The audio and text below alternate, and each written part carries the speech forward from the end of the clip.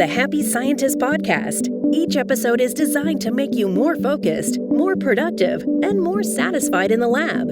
You can find us online at bitesizebio.com/happyscientist. Your hosts are Kenneth Vogt, founder of the executive coaching firm Vera Claritas, and Dr. Nick Oswald, PhD, bioscientist, and founder of Bitesize Bio.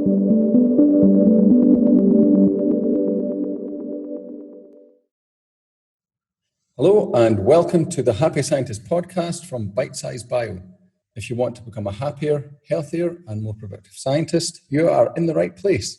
I'm Nick Oswald, the founder of bitesizebio.com, where we provide bioscience researchers with help for improving their technical skills, soft skills and their well-being. And in this podcast, we will focus on the latter of these three areas. The driving force of this podcast is Kenneth Vogt. I've worked with Kenneth for over 7 years now. He's been my business mentor and colleague, and I knew that his expertise could help a lot of researchers. And that's why we started this podcast together. In these sessions, we will hear mostly from Ken on principles that will help shape you for a happier and more successful career. Along the way, I will pitch in with points from my personal experiences as a scientist and from working with Ken. Today, we will be talking about the art of managing your energy.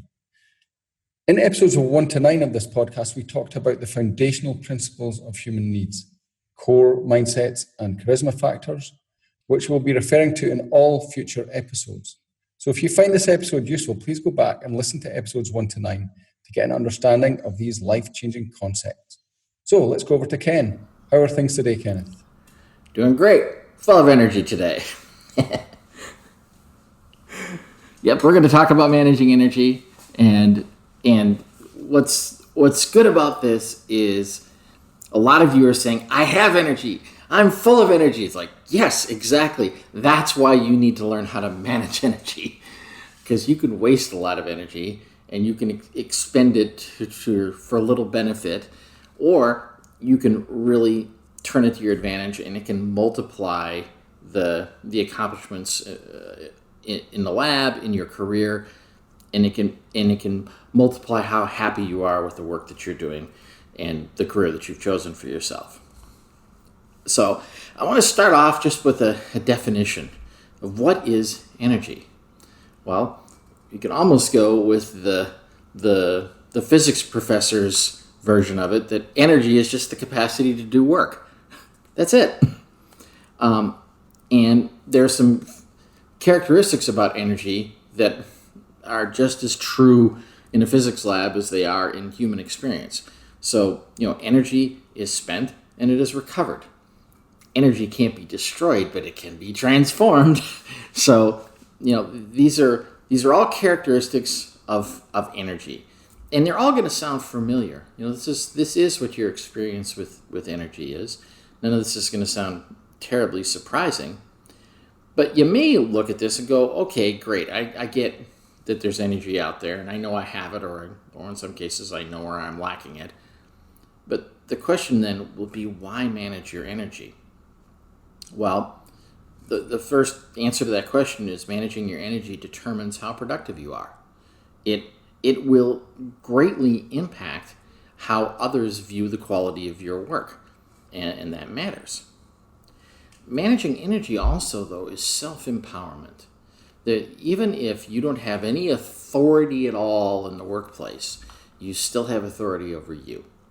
And this managing your energy is what's going to allow you to get the best of you out of you and get the best for you out of you. So there's every reason to want to manage energy. And I will say, too, that sometimes we feel like we don't have energy. It's really important to manage your energy when it's precious. So we don't want to ever lose track of this. It's useful when you're feeling abundant in energy. It's useful when you're feeling deficient in energy. Now, I will say that in my experience with Nick's a pretty energetic guy. And he's at an energetic time of life. In his life cycle, he's at an energetic time in his business life and what he's done with Bitesize Bio. So I think that Nick, I think you actually do know a lot about energy already. So I will give you a moment to chime in here if you have anything you want to add up till now. I don't feel very energetic today. Funnily enough, I don't know why, but yeah, I think this is really good because it's this concept of managing your energy. I think you mentioned the book, the book that you mentioned later. The subtitle of the book is "Managing Your Energy, Not Your Time," and I think that's a really important distinction because most people will manage their time, or that's the way most people view how hard to be working, how hard you work is what time you put in. But actually, this is kind of like a horizontal lever. It's how do you manage things so that you can put the most intensity into what you do, and then basically you're getting the more productivity per unit time if you do that. So if you focus on managing on setting yourself up so that you're not coming into work spent and dragging yourself along, you're trying to just do enough to keep going and fill in the time. The opposite of that is getting yourself primed so that you arrive at work ready to go, enthusiastic, energetic, and then you unleash yourself and you can do in an hour what you would take you 4 hours normally. Sure. So we know we have energy. We know we need to manage it. So the question is, what about energy needs to be managed? Because energy actually shows up in multiple realms in our experience.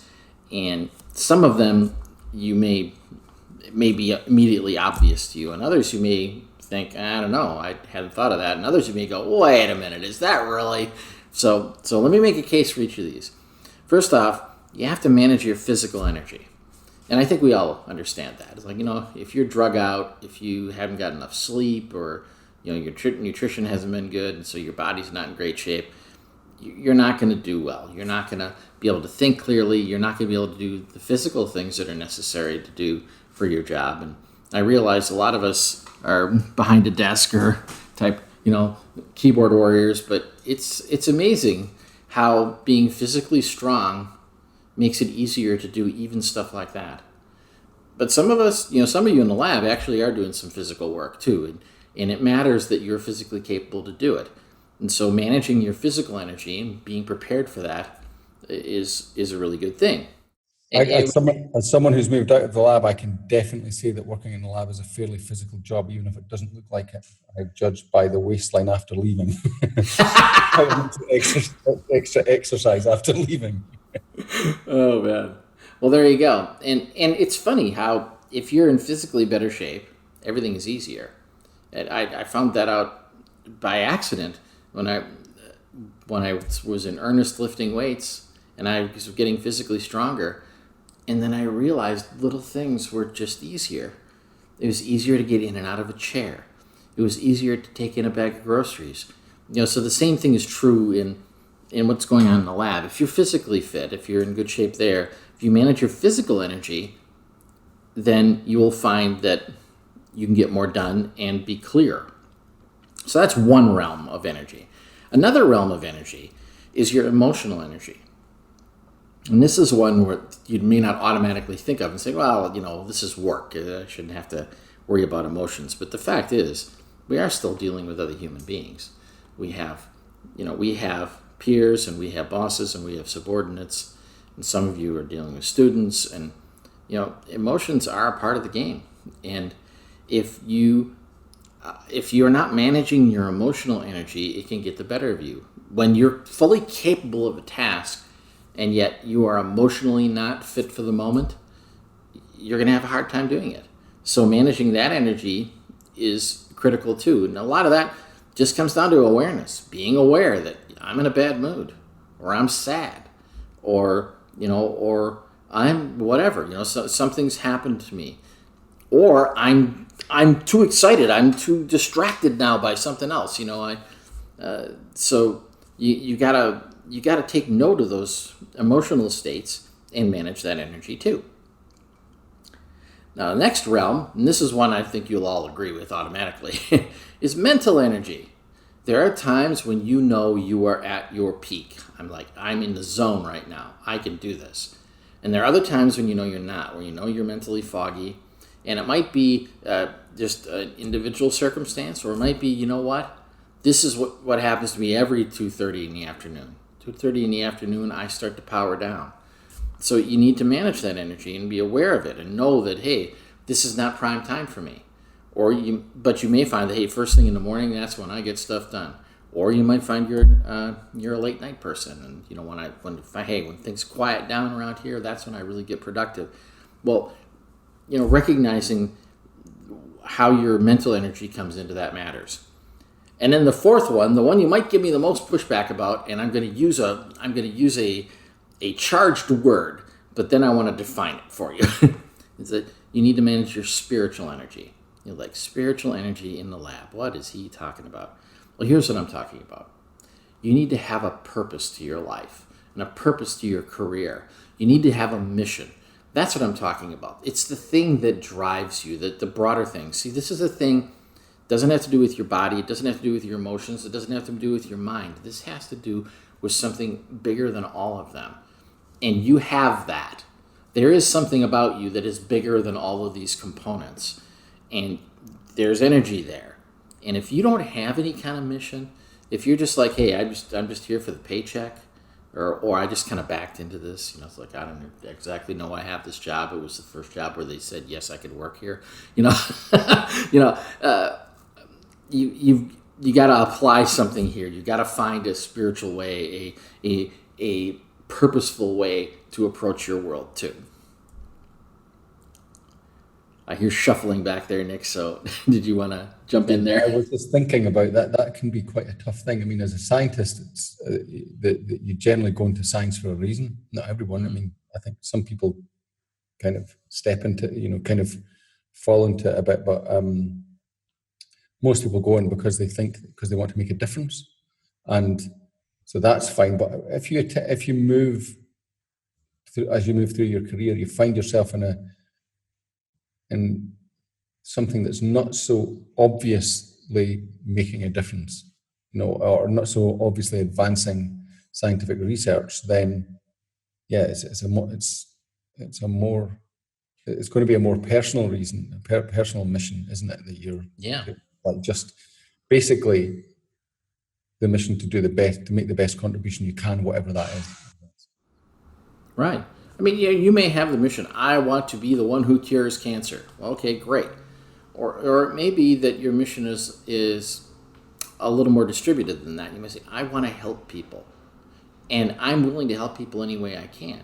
And I'm willing to be open to find out what way people need help.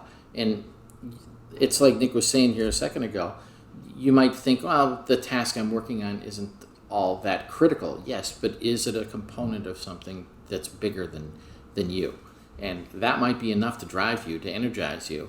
So you can draw juice from that. It's amazing how having a mission and having a purpose can get you through hard times and get you through difficult work or low energy in other realms. Because that's the other thing. Your energies don't always line up. You might be physically fine and mentally exhausted. You might be emotionally strained but spiritually empowered. There's these things are going to mix and match. And so it's about having awareness about it, that I guess is what we're really saying right now. So to flip it to the dark side of that, what happens when you don't manage your energy? Well, there's some stuff that happens, and it's interesting how much of it can affect you in not just in how you think, but in how it actually physically affect you. Toxins and stress hormones actually build up in your body if you don't manage your energy. Your body systems can actually start to break down and burn out. We're talking about things that you need to keep your body alive. Your attention span can get just crushed. Your mental acuity can just be worn down to where it's nowhere near effective enough. And of course, your mood can completely deteriorate. And all of these things really impact your work. If you come into work and your body is not functioning properly, you're going to have a hard time. If you know that you can't think straight, If you know that you're just in a mood that is going to just make everybody run when they see you, how is that going to help? Or if you're going to be so depressed that you can't function, you know. So there are big reasons why you don't want to leave your energy unmanaged. I think that my favorite analogy for this sort of thing, and the thing that really hammered it home to me, was the idea of an athlete, like a sprinter or whatever, especially a sprinter, which is the extreme version. Mm-hmm. But even a marathon runner, it's the same concept. If they try to physically stress their body all of the time, or to the maximum extent that it possibly could all of the time, even, then they would quickly get injured. And especially like a sprinter is the ultimate incarnation there, because their performance is 10 seconds long, a 100-meter sprint, or less if they're a good sprinter. Yeah, early. And but they have to manage their energy so that literally they can perform in a burst and that they're primed for that. So that's the extreme case. But if you come back to yourself as a scientist, your job when you arrive at the lab is not to exert yourself to the max for the whole day. It's going to be bursts of required activity, physical or mental or whatever it's going to be. But you have to, and your job is to, like the sprinter, to make sure that when you're on the start line of any of those bursts of energy, that you have you're primed so that the maximum amount of energy can go into it, because then you will get the most out.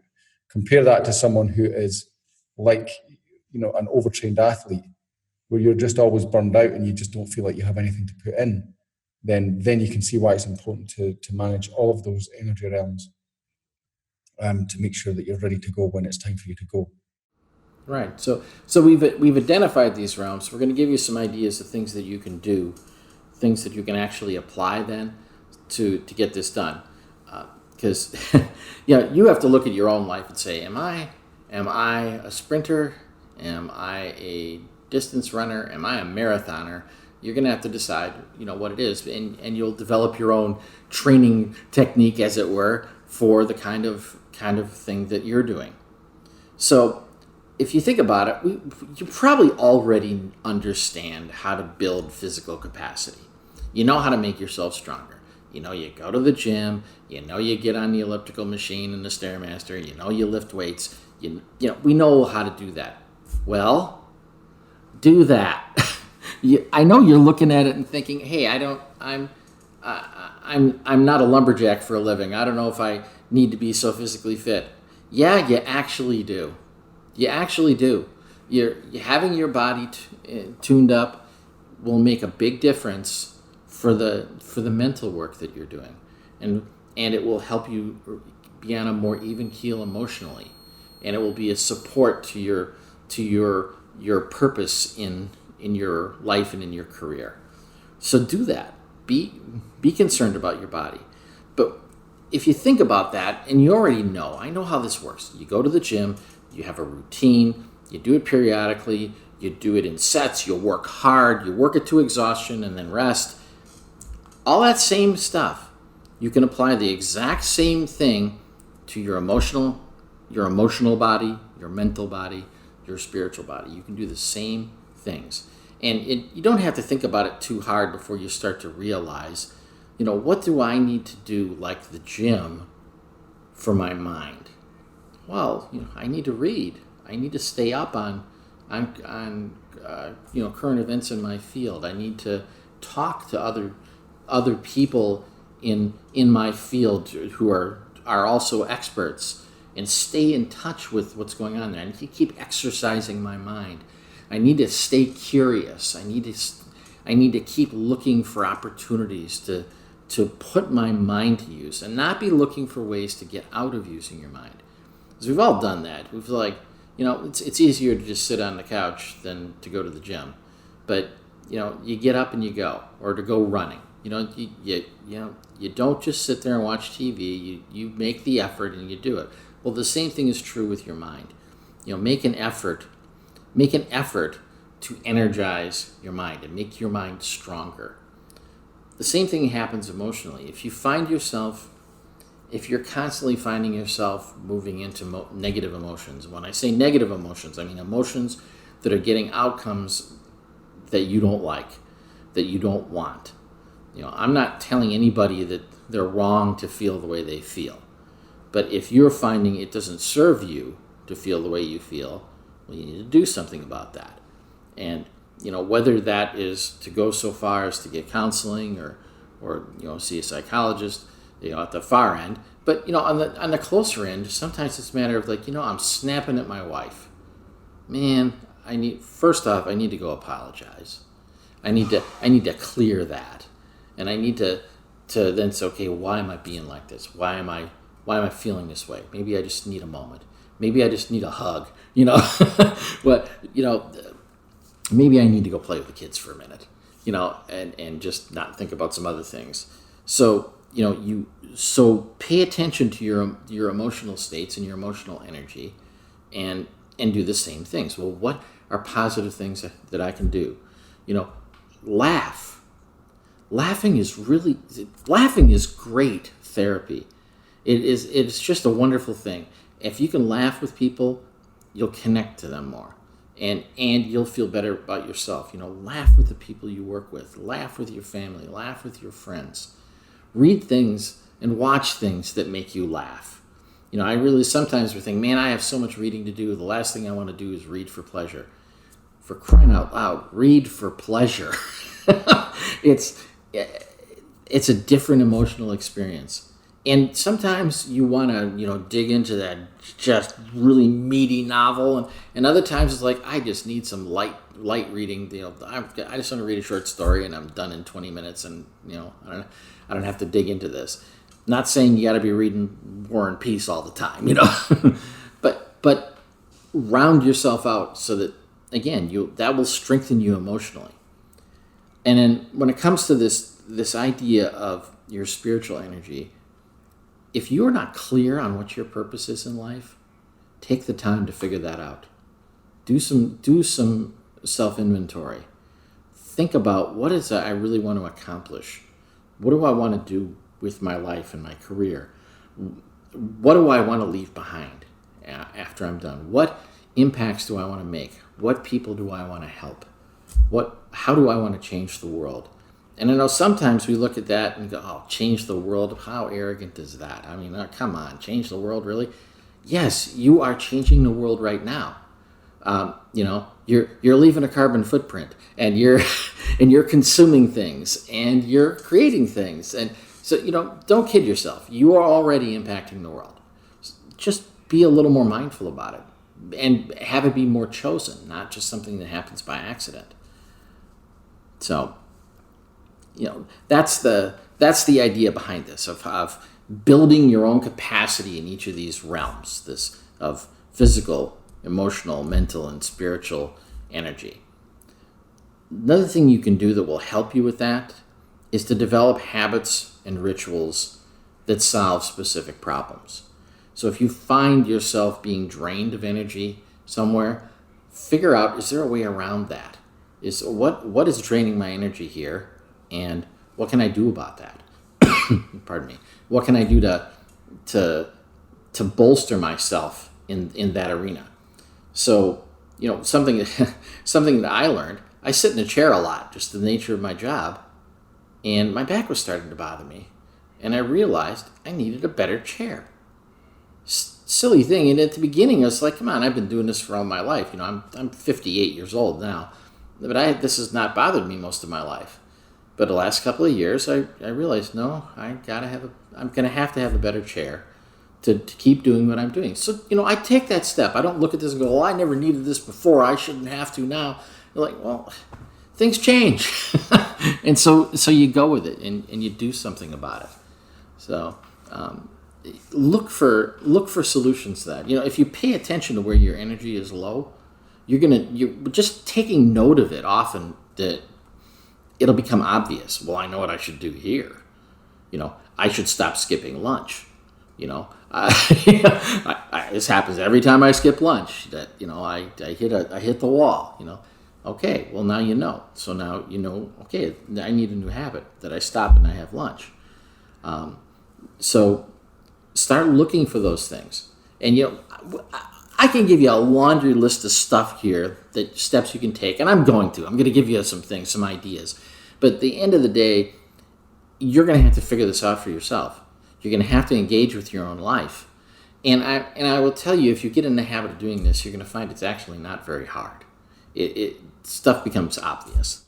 I mean, it's funny for me. I have one sort of chain of events that really helps me, and that is get up early, have a bit of quiet time, do some exercise, and if I do that, invariably I have a really energetic day, and or at least I start off with a lot of energy. But what always scuppers it is going to bed too late at night, because I don't plan the evening. So that's one that took me a while to work out. It's like, why does this always happen?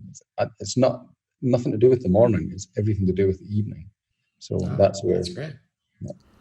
Yeah, and I've noticed about myself that if I will forego a half hour sleep instead to get up and get some exercise, at 5 o'clock in the afternoon, I'm still energized, even though I lost a half hour sleep, because I exercised.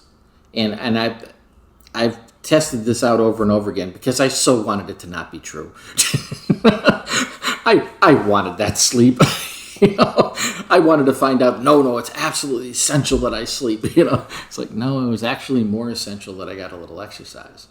That's a good point you make there, though, Ken, about testing that. Because again, one of the premises behind this podcast, and we talk about, especially during those first 1 to 9 episodes that we made about the foundational principles, was that this is about giving you tools that you as a scientist can use to experiment on yourself, to try to make a better life for yourself, from wherever it is now, to make it 100% better again.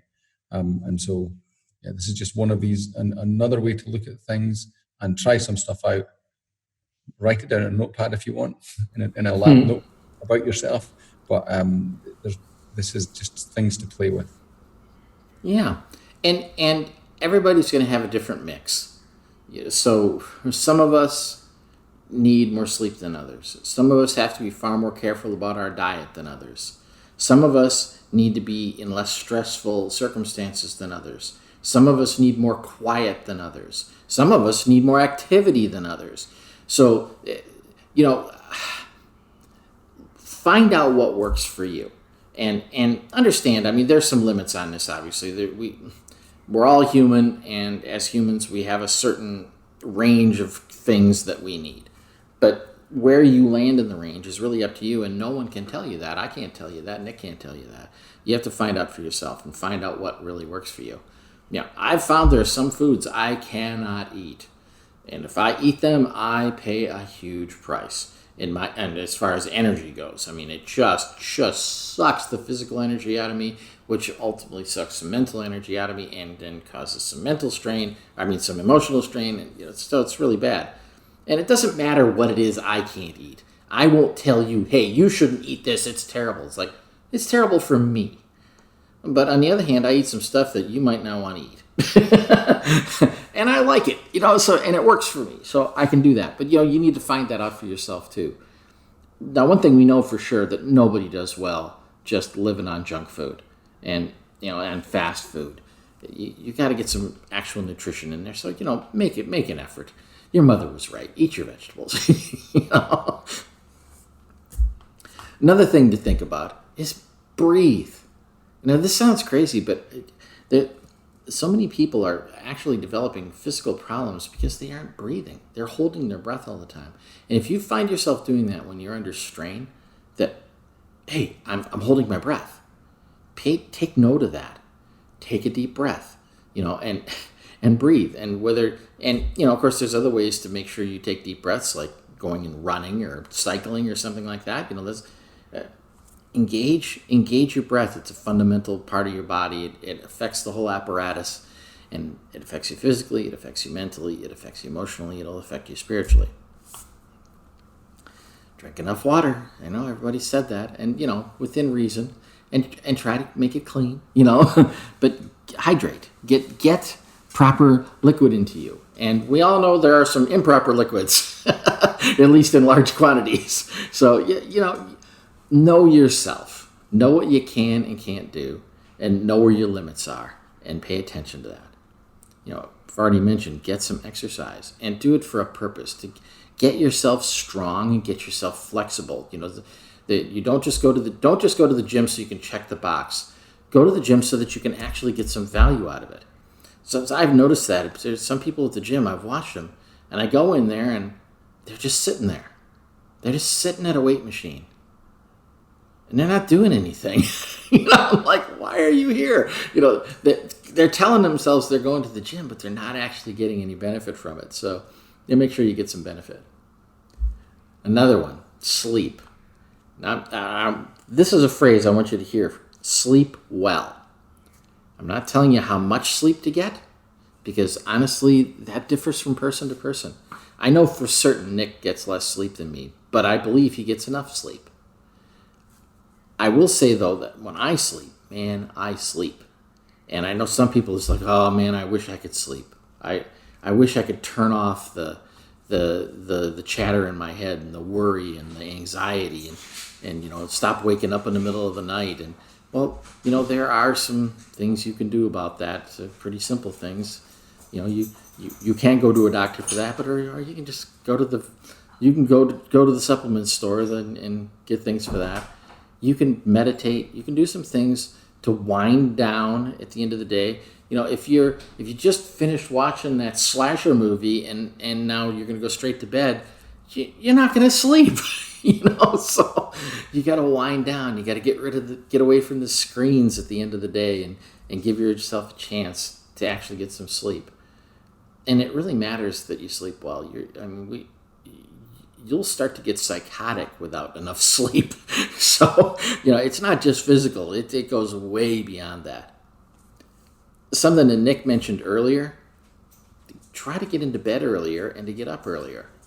And I say try because I realize that there are some factors that impact us there. But if it becomes your goal to try and be in bed earlier and to try and get up earlier, you're going to find you're a lot more productive and you have a lot more energy across all realms. And again, we all know the old adage from Ben Franklin: early to bed, early to rise makes a man healthy, wealthy, and wise. It's a truism that has shown itself to be the case. And I realize there are some business cultures of working late and burning the midnight oil, and some people honestly believe they are night people.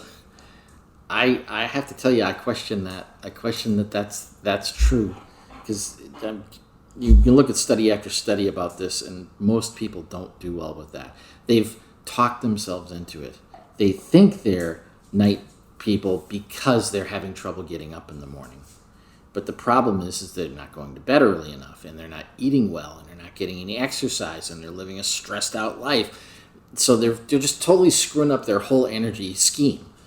And they've excused it by saying, well, I'm just a night person. Like, no, you're not a night person. You're a person in distress. So, you might want to reassess what you're doing there. One of the things you can do is to make it a point to release your emotions.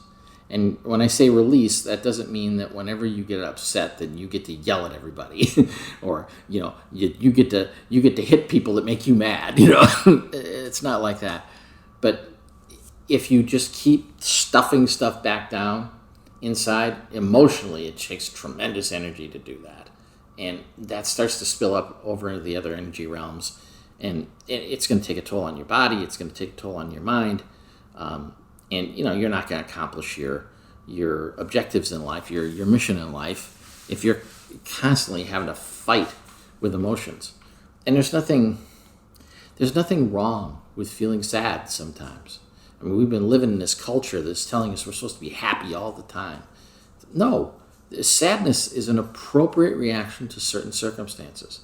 What's inappropriate is that we don't let it go. So it's, whether we're sad or depressed or we're angry or we're frustrated or any number of other negative emotions, there's times when that is absolutely appropriate. And if you repress those things, it's funny, then they start to show up in numbers.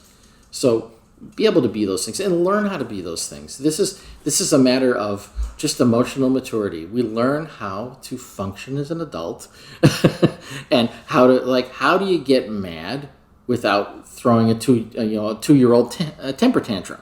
Well, you can. You can be angry about a situation and manage it without just stuffing the anger down. You don't have to do that. So you realize these emotions are tied to your energy. So watch them, pay attention to them, actually engage with them, and you'll have a different experience with that, and you'll have more energy as a result. So I want to give you some habits to consider developing. And these things will really impact how well you can manage your energy. And they will impact how much energy you have to manage. So there's a lot of pluses here. Before you dive into that, what you'll hear when Ken reads all of these out is that notice that these are all about kind of slowing down. And so that's an interesting link to what we talked about in the last episode. Sure. It's also about being more engaged. It's being more present. And you've probably heard a lot of talk about the idea of being present. It's quite simply, it's just being aware in the moment. This isn't anything magical and mystical. This moment is all you've got. The past already happened. That's unchangeable. The future has not yet happened, so there's nothing you can do about that. But now, what's happening right now is your moment. This is the moment when you can do something. So here's some things you can do right now in the moment. The first one I would suggest to you is to listen. To actually listen. Listen when people talk, and stop the constant judgment of them as they're talking. If you start off with here's this idiot again, or my boss never understands, or my spouse never listens. It's funny how we will stop listening with our excuse being that they don't listen. Listening affords us an opportunity to get more information.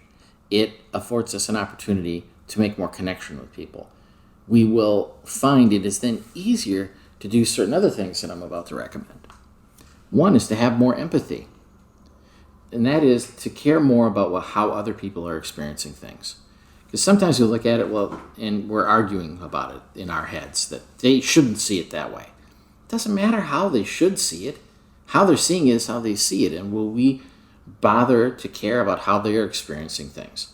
And whether that's somebody you're working with or somebody at home, whether it's your boss or a student, whatever's happening there, if you can actually empathize with that person, and empathize meaning if you can experience their feeling as they're feeling it without judgment, it can do an immense amount to improve your energy flow. Another thing is to just be patient with people. To just, sometimes they need time. Sometimes they're not as smart as you. And you got to be okay with that. And I think, Nick, this is something that really matters to this particular crowd. A lot of these folks, if you've gotten to the point of getting a PhD in a scientific area, obviously you're a smart person. And maybe you have forgotten that you're not normal. You're not average. Most people aren't as smart as you. Most people aren't as educated as you. And as a result, you can forget that they don't have some things that you automatically have, that you have some capacity they don't have, and you got to be more patient with them. You got to give them a chance to catch up, and you got to give them a chance to dig in, because they may not have the reservoir, the reserve that you have. So be patient. Associated with that is be flexible. You know what? Go with the flow. Go and roll with the punches. When you realize somebody can't keep up with you, well, okay, then change that up. Again, this is an energy situation too. You can find yourself expending a lot of energy trying to drag other people across the finish line, as it were. It's like, no, slow down. and get into the pace that others are around you. Because again, managing your energy can be when your energy is out of phase with those around you, it can cause problems. And you may think, well, that's because they're all goofing off and going slow and being lazy. And maybe not. Maybe you're just being a little hyperactive right now. Maybe you could slow down. And even if that's the case, even if, you know what, they aren't operating optimally and you are, getting in sync with them still may be beneficial. It still may be helpful. And then once you're in sync with them, perhaps you can move them up a little higher into a little more energetic state themselves. Another thing you can do is focus. Focus is, to me, is such an obvious thing, and yet it's something that we ignore all the time, that we lose track of. We try and look at 12 things at once and just, pick something out. Put your energy on that thing instead of dissipating your energy across a bunch of different things. Here's an interesting phrase. I would like to recommend realistic optimism. What I mean by that is see things as they are, but look in a positive direction. So I like to use the example of vectors, the mathematical term. A vector is pointing in a certain direction. You aren't even necessarily going anywhere yet, but it's a vector. It's the direction. And that's what I mean by realistic optimism. Optimism would just be seeing the point you're at. Realism would just be seeing the point you're at, but optimism would be seeing the direction you're going. So, wherever you are, take note of the direction you're looking, and are you looking in a positive direction or are you looking in a negative direction? Well, see where things are. If things are bad, recognize they're bad, but then try and bring some positive energy to it to get them to move away from bad. And again, when things are bad, you get de-energized. So, when you feel stressed and when you feel like things are going wrong, that can suck a lot of energy out of you. So this habit will really help you get past that. Another one, stop overthinking things. And I know in this crowd there's a lot of overthinking going on. Some things only need to be considered once. Once you've drawn your conclusion, it's done. And especially if you find there's an emotional energy attached to it. Because if you realize something and you see it and you don't have a happy emotional response to it, you can tend to just revisit it in your head over and over and over again. And every one of those cycles is taking energy. And it's taking energy to no purpose. It's not helping you. So, stop beating things to death with your brain. It doesn't have to happen. Another thing you can do is sometimes you just need a creative outlet. If you can have a creative outlet at work, if you have something you can bring into your working life that allows you to have that creativity, fabulous. If that's not possible, have some kind of creative outlet outside of this. We've already talked about this before, but Nick is a rock star in the science. There's a creative outlet he's got going on there, as if there wasn't enough creativity already at Bitesize Bio, but apparently he needed more. So, find yourself a way to keep that going. That creativity, again, will feed that spiritual, that purposeful part of you. That realm will be energized by creativity. And actually, mentally, you're energized by creativity too. So, don't sell it short.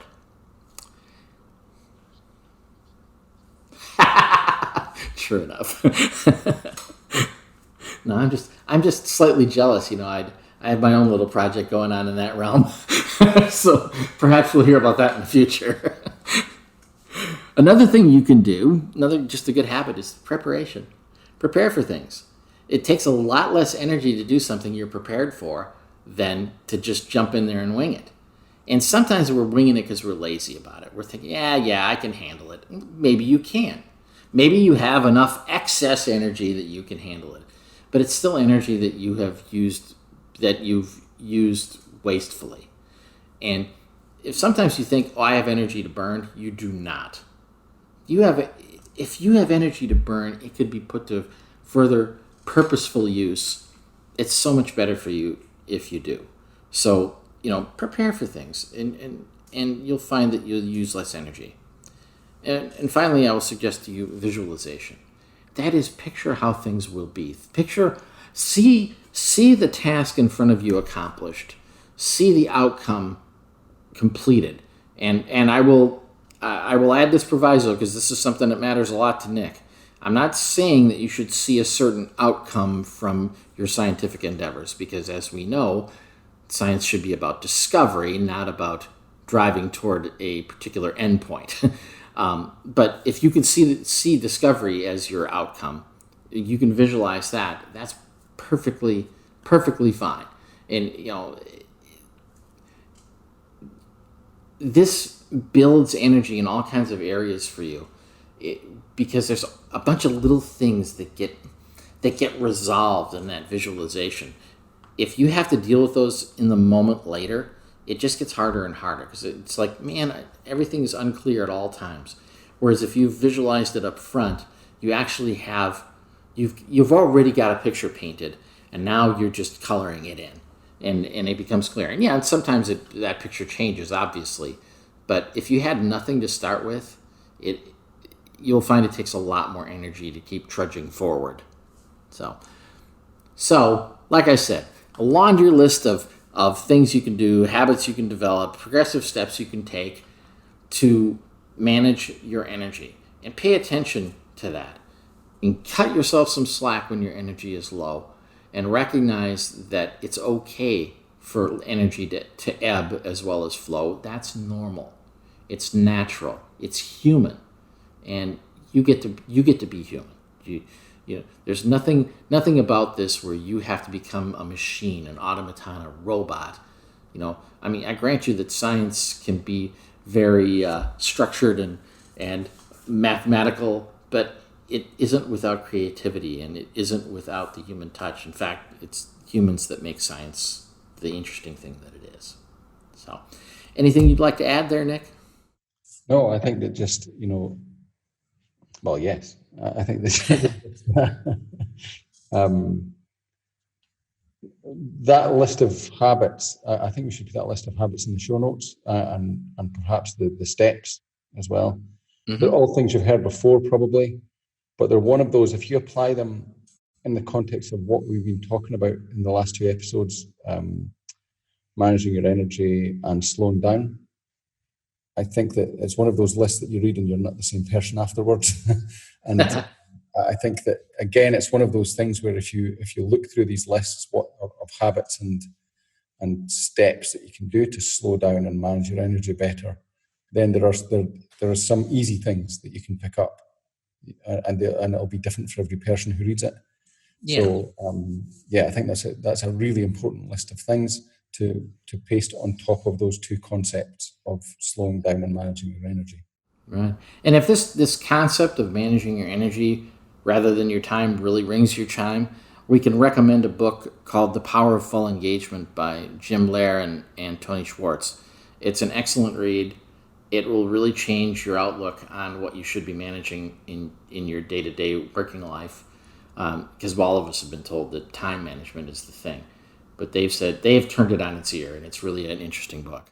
And I'm pretty, I've not read that for quite a while, but if my memory serves correctly, that's quite a data-driven book, isn't it? Or at least yes, underpinned that idea with data from corporates that they've worked with, and athletes. So that's another thing I like about this book. I love the cross-industry applications.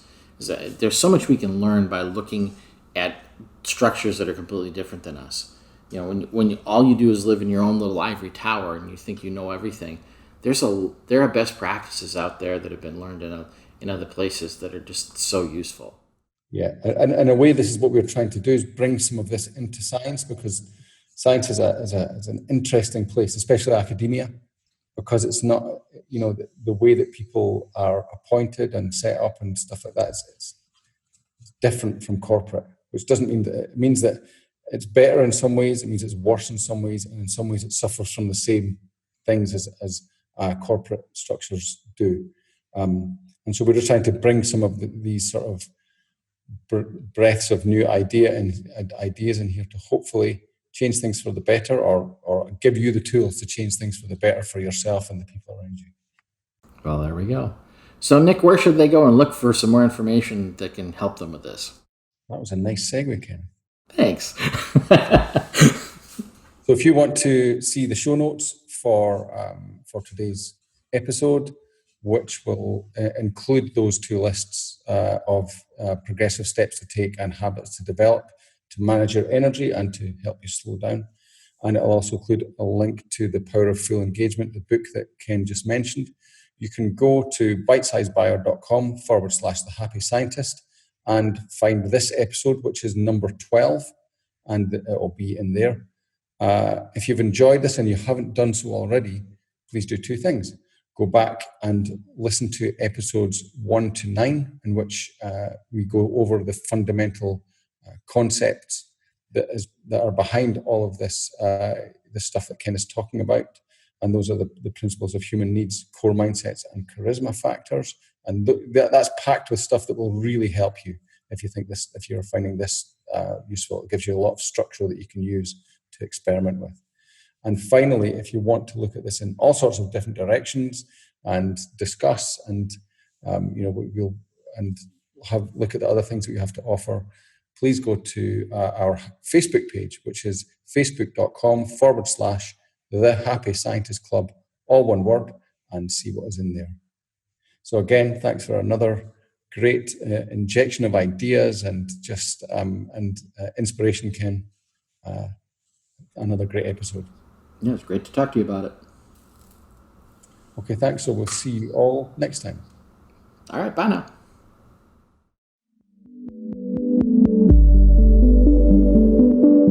The Happy Scientist is brought to you by Bitesize Bio, your mentor in the lab. Bitesize Bio features thousands of articles and webinars contributed by hundreds of PhD scientists and scientific companies who freely offer their hard-won wisdom and solutions to the Bitesize Bio community.